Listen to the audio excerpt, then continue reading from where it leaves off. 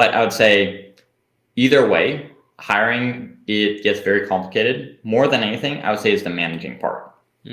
So with hiring, I would recommend having some kind of pre-qualification process. So a lot of people, they just stick a post up, or they have like the most common thing I've seen people post on like job boards and stuff like that. And it's like, hey, text this number or do this or do that. They have one thing, and then the person gets on a call.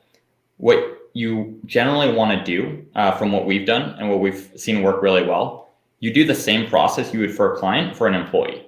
So you build a lead magnet, you have a whole opt-in process, you have a qualification process, you have the whole process before they even get on a call with you to make sure they're qualified, to make sure you're not wasting your time as well. To make sure they're serious, they're qualified, and make sure you're not wasting your time and you're getting on calls with people that are right off the bat more likely to succeed in your team and align with your team.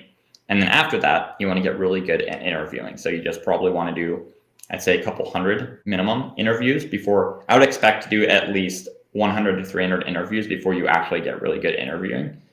People generally underestimate how much work it takes to get really, really good at something. I would say on the low end, I've seen most people get good around 100 to 300 interviews before finding really, really good people.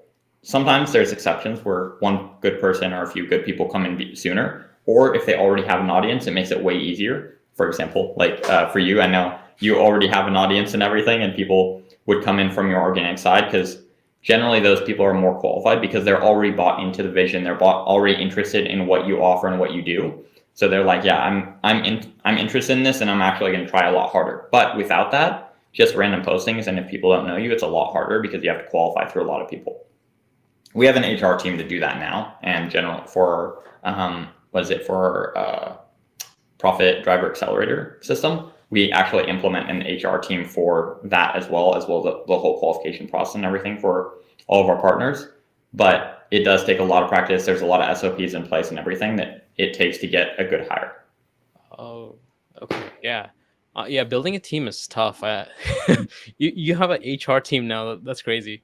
So I was like wondering, I was like, if you're trying to use AI to make your team smaller, I guess everybody is.